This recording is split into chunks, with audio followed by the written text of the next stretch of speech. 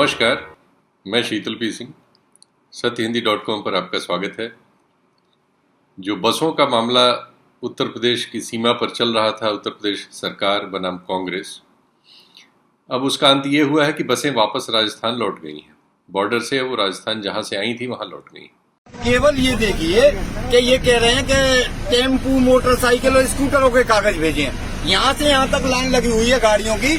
आप ये बताइए इसमें कौन सी तो एम्बुलेंस है, कौन सी मोटरसाइकिल है और कौन सी है? 1100 से ऊपर बसें, 1100 से ऊपर बसें टोटल। जो ये बस है, आप इनकी देखिए, नई गाड़ी है, लंबी लंबी दूरी का सफर तय कर रही है। हम खड़े हैं कल से, एक तरह से हम भी प्रवासी मजदूर हैं। तो ये प्रवासी मजदूर तो जो ये चले जाएंगे अपने अपने उनको, तो इनकी जो बड़े लोगों की फैक्ट्रियां वो बंद हो जाएंगी, तो सरकार को आर्थिक नुकसान होगा। इसलिए प्रवासी मजदूरों को घर नहीं जाने दे। जो भी सरकार है वो ये कह रही है कि इनमें बीमा नहीं है, फिटनेस नहीं है, ये टेम्पू नंबर है।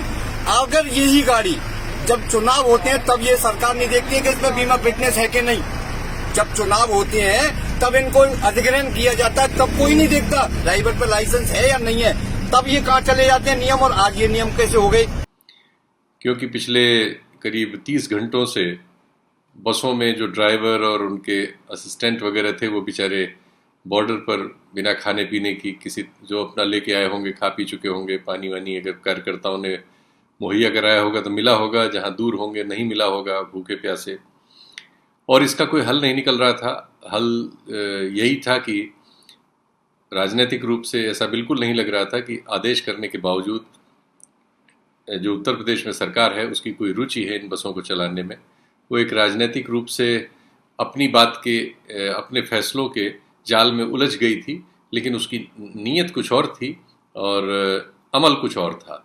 ये और बात है कि कुछ टेलीविज़न चैनल, कुछ एंकर बहुत ही बेशर्मी से इसके बावजूद जो उत्तर प्रदेश की सरकार है उसकी कथित वकालत करने की कोशिश इन आधारों पर कर रहे थे कि जो 1049 बसों की लिस्ट कांग्रेस ने दी थी, उसमें से कुछ स्कूल बसों के नाम थे, कुछ 3 व्हीलर वगैरह के नंबर वगैरह थे। मतलब कुछ उन्होंने उसमें त्रुटि 100-150 बसों में निकाल ली थी, जो एडमिनिस्ट्रेशन ने उसकी जांच की थी, और वो उसी स्टोरी को चला रहे थे।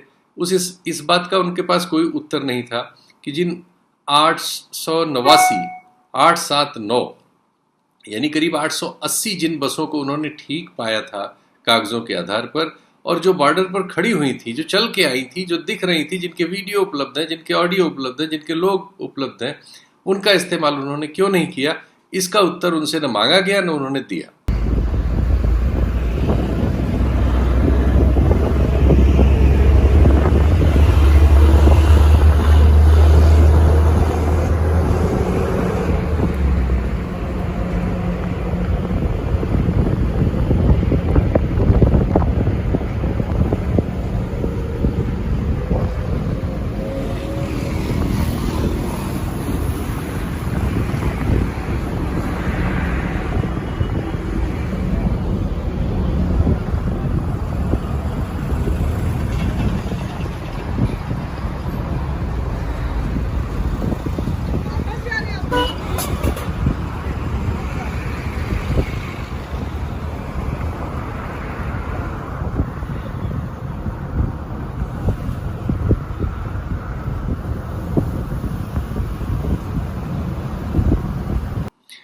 लेकिन जाहिर है कि अब क्या कहा जाए, हम एक ऐसे वक्त में हैं इस समय जहां अनवरत हम पा रहे हैं कि सरकार ही नहीं, सरकार की ओर से मीडिया और मीडिया का एक बहुत बड़ा हिस्सा इस तरह के काम करता है जो काम आप क्या उसको मतलब उसको क्या कह सकते हैं? ऐसा काम तो कोई सरकारी एजेंसी भी नहीं करती। खैर, दूसरी घटना है उसमें ये हुई है कि 3:15 बजे, जैसा कि स्वाभाविक था कि प्रियंका गांधी ने उसमें अपनी राजनीतिक माइलेज लेने की एक जायज़ कोशिश की। वे विपक्ष में है, उनका काम है कि सरकार की कमियों को उजागर करें और उसमें अपने हस्तक्षेप करें, और उसके अगर उनको राजनीतिक फ़ायदा होता है तो ऐसा हो ही सकता है। कोई भी विपक्ष में है तो उसका एक काम है। जब भारतीय जनता पार्टी विपक्ष में थी, ये तो परिस्थिति उसके सामने नहीं आई, लेकिन जो दूसरी परिस्थितियाँ उसके सामने थी वो भी अपनी तरह से इन चीज़ों का ऐसे ही प्रतिपादन किया करती थी। अब समाजवादी पार्टी या बहुजन समाज पार्टी घरों में बैठी हुई हैं, अपने महलों से नहीं निकल रही, कुछ नहीं कर रही हैं, तो उसके लिए तो कांग्रेस को आप जिम्मेदार ठहरा नहीं सकते, लेकिन कुछ लोग उसके लिए भी कांग्रेस में कमी ढूंढ रहे थे। खैर, यहाँ पर्पज़ ये नहीं है कि कांग्रेस की प्रशंसा की जाए या उसकी आलोचना की जाए। सवाल यह है कि जो जैसे है वैसे आपके सामने रखा जाए। तो 3:15 के आसपास प्रियंका गांधी ने इस पर अपना एक मैं सिर्फ ये कहना चाहती हूँ कि देखिए, 4 बजे 24 घंटे हो जाएंगे कि ये बसें उपलब्ध हैं। अगर आपको इस्तेमाल करनी है तो इस्तेमाल करिए, हमें अनुमति दीजिए। आपको भाजपा के झंडे लगाने हैं, इन पे अपने भाजपा के स्टिकर लगाने हैं तो बेशक लगाइए, बेशक लगाइए। आपको अगर कहना है कि आपने उपलब्ध कराई हैं तब भी कराइए, लेकिन इन बसों को चलने दें।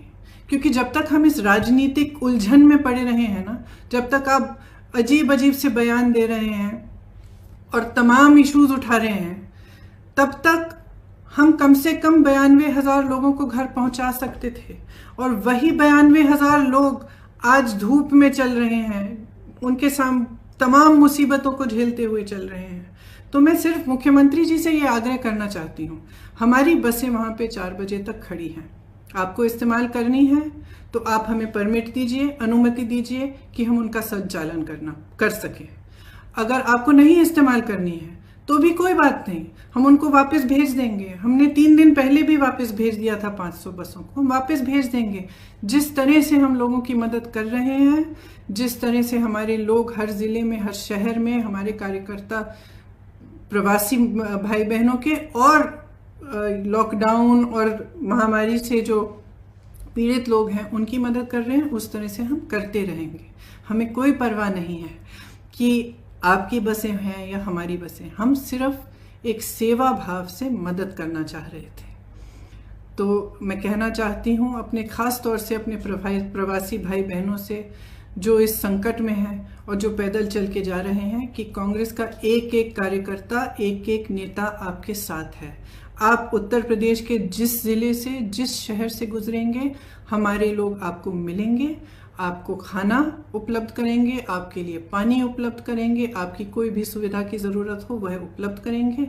हमारी जो क्षमता है उससे हम पूरी तरह से आपको मदद करने की कोशिश करेंगे और हम आपके साथ इस संकट में खड़े हैं। अब जाहिर है कि उनको भी अभी तुरंत कोई चैनल नहीं दिखा रहा है, तो सबने अपने डिजिटल चैनल खोल लिए हैं और उस पर उन्होंने अपना फेसबुक लाइव कर दिया था और वो वीडियो उपलब्ध है कांग्रेस के चैनलों पर। उसमें वो ये ऑफर करती हुई आखिर में आई हैं, बड़ा लंबा सा उनका 8-9 मिनट का व्याख्यान था। उसमें आखिर में उन्होंने ये कहा है कि भाई आप अपनी बीजेपी का झंडा उसमें लगा लीजिए, आप संतुष्ट हो जाइए जिस भी तरह से हो जाए, लेकिन मजदूरों को, इन बसों का मजदूरों के लिए इस्तेमाल कर दीजिए। क्योंकि अगर ये 2 बार अब तक इस्तेमाल हुई होती पिछले 2 दिनों से, तो उन्होंने जोड़ वोड़ के बताया कि 70-80 हज़ार लोगों को वो उनके घर पहुंचा चुकी होती। तो ये कह के उन्होंने अपना आज का राजनीतिक स्कोर किया।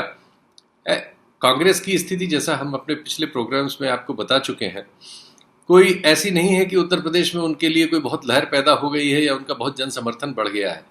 जन समर्थन अभी भी उत्तर प्रदेश में उसी तरह से विभाजित है, उन्हीं आधारों पर विभाजित है जिन आधारों पर वो इस घटना से पहले था। वो है सामाजिक, धार्मिक और जातीय आधार। पहला विभाजन जो सबसे बड़ा है वो धार्मिक है, उसका सबसे बड़ा फायदा भारतीय जनता पार्टी को होता है। वो फायदा उसको हो रहा था, हो रहा है, अभी न होने की कोई सूचना नहीं है इस घटना के बावजूद। दूसरा विभाजन उसमें जाति के आधार पर है। पिछड़ी जातियों का और दलित और मुस्लिम्स के बीच एक एकता बनाने की कोशिश का फायदा समाजवादी पार्टी लेने की कोशिश करती है। काफ़ी बड़ा उसका एक आधार समाज में है। बहुजन समाज पार्टी दलितों का मुख्य आधार और उसमें मुस्लिम आबादी में से कुछ और कुछ ओबीसी वगैरह में और कुछ जिनको वो टिकट देती है, जिन जातियों के होते हैं, उनसे कुछ लाए हुए उनके समर्थकों को जोड़ के अपना जन समर्थन समझती है। तो इस तरह से एक सामुदायिक विभाजन, राजनीतिक विभाजन हमारे यहाँ उपलब्ध है। उसमें अभी कोई बहुत डेंट इस एक घटना से नहीं हो जाएगा। लेकिन ये सही है कि पिछले 3-4 दिनों में इस यानी 16 तारीख को जब पत्र लिखा गया और 18 तारीख को जब ये कंट्रोवर्सी शुरू हो गई एक टेलीविज़न चैनल पर एक प्रोग्राम में योगी जी के ये कहने पर कि वो बसों की लिस्ट कहाँ है, आज तक लिस्ट ही नहीं दी गई है, उसके बाद ये कंट्रोवर्सी गर्म हुई थी। जबकि लिस्ट उसके पहले मांगी नहीं गई थी। उसके पहले की स्थिति ये थी कि प्रशासन को 16 तारीख को कांग्रेस की ओर से एक पत्र गया था जो उनके यहाँ पड़ा हुआ था और 18 तारीख को टेलीविजन प्रोग्राम में ये सवाल पूछे जाने पर योगी जी के ये बोलने के बाद वो पत्र जारी हुआ है जिसमें कहा गया है कि वो लिस्ट आप हमको सौंपिए। तो ये तो तथ्यगत स्थिति है। उसके बाद लिस्ट सौंपी गई, लिस्ट में कुछ त्रुटियां थी, उनको उस मीडिया को सौंप दिया गया जिसका काम है, सुपारी मीडिया आप कह सकते हैं, गोदी मीडिया कह सकते हैं, या आप अपने मन से उसके लिए कोई एक नाम ले सकते हैं, जो उसको लेके चीखने चिल्लाने लगा। लेकिन जो सच्चाई थी वो थी कि करीब 900 बसें आगरा पर राजस्थान बॉर्डर पर खड़ी थीं, और जो यहाँ उत्तर प्रदेश और दिल्ली के बॉर्डर पर 300-400 खड़ी थीं, इन बसों का कोई इस्तेमाल नहीं किया गया। ये हमने आपने देखा, बल्कि राजनीति शुरू हो गई, मुकदमे दर्ज होने लगे। उत्तर प्रदेश कांग्रेस कमेटी के अध्यक्ष को गिरफ्तार कर लिया गया एक धरना देते हुए कि बसों को ले जाइए, और उनकी आज जमानत हो गई। चूंकि कोई ऐसा मामला तो था नहीं, ये तो बिराबाद का मामला बनाया गया था, इसमें कोई गिरफ्तारी होनी चाहिए, ये भी अजीब है। डिटेंशन समझ में आता है, इसमें गिरफ्तारी करने का क्या मामला था। तो खैर कोर्ट ने उनको जमानत दे दी, वो बाहर निकले तब तक उनको लखनऊ में एक मुकदमा दर्ज कर रखा, उसमें उनको उठा लिया गया। तो एक बड़ी अजीब सी उत्तर प्रदेश में राजनीतिक धारा चलाई गई है। जब से योगी जी आए अपने ऊपर तो उन्होंने कत्ल का मुकदमा भी हटा लिया, दंगों के करने के मुकदमे हटा लिए, और दूसरे राजनीतिक गतिविधि करने वालों पर तमाम मुकदमे लगा के पुलिस को इस तरह से हाई हैंडेडनेस उन्होंने कर रखी है, पब्लिक को पीटना और इस तरह से करना, यही सब उत्तर प्रदेश में, इसी को सुशासन बता रहे हैं, इसी को पता नहीं कौन सा रामराज बताया जा रहा है। बहुत से लोगों को ये रामराज लगता है, सुशासन लगता है कि सुबह से एक आदमी जिसको किसी चीज़ का कोई बेसिक पता नहीं है, हेलीकॉप्टर में बैठ जाए, उड़ के कहीं चला जाए, कुछ अल्लम गल्लम बोल दे, शाम को लौट आए, फिर अफसरों की कथित मीटिंग हो, कुछ जोर जोर से बोल दे और एंटी मुस्लिम फीलिंग पर ही काम करता रहे। इसी को सुशासन और पता नहीं कौन कौन सा शासन उत्तर प्रदेश में बताया जा रहा है।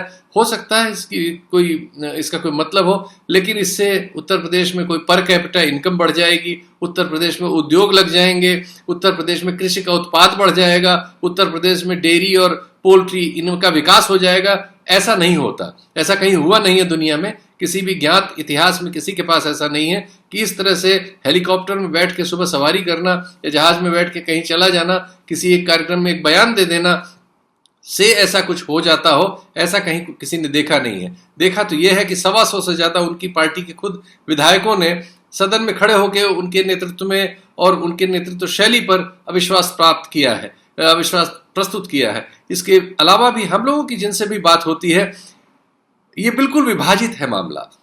ठीक है, उनका एक जन समर्थन धार्मिक आधार पर बहुमत आबादी हिंदुओं की है, अल्पसंख्यक आबादी 19% है। अगर 19% के खिलाफ 81% की पॉलिटिक्स कोई करेगा तो जाहिर है कि इसमें किसी की बड़े विज्ञान की जरूरत नहीं है, कोई भी समझ जाएगा कि जिसके पास 81% है वही ज्यादा आगे होगा। लेकिन ये इससे उत्तर प्रदेश में बेरोजगारी की समस्या, उत्तर प्रदेश में औद्योगिकरण का सवाल, उस उत्तर प्रदेश में किसानों की तरक्की, उत्तर प्रदेश में जो आज प्रवासी मजदूर आए हैं इनको रोजगार, या शिक्षण संस्थानों में विकास, या कोई वैज्ञानिक आधार पर समाज का विकास, ये सब तो संभव नहीं है। तो कुल मिला के ये सारे सवाल अनुत्तरित ही रह गए, और ये बस विवाद में एक नए किस्म का राजनीतिक मवाद बह के उत्तर भारत की सड़कों पर बह गया, और मीडिया के लिए कुछ समय का चटखारा बन के खत्म हो गया। ये बहुत दुखद है, बहुत शर्मनाक है, लेकिन अब यही सच है, क्या किया जाए। तो फिर जैसा आपसे कहा था, फॉलो करते रहेंगे और हाजिर होंगे, देखते हैं आगे क्या होता है। नमस्कार, धन्यवाद। सत्य हिंदी के और वीडियोस को देखने के लिए हमारे YouTube चैनल को सब्सक्राइब करें और सीधे नोटिफिकेशन पाने के लिए बेल आइकन दबाएं।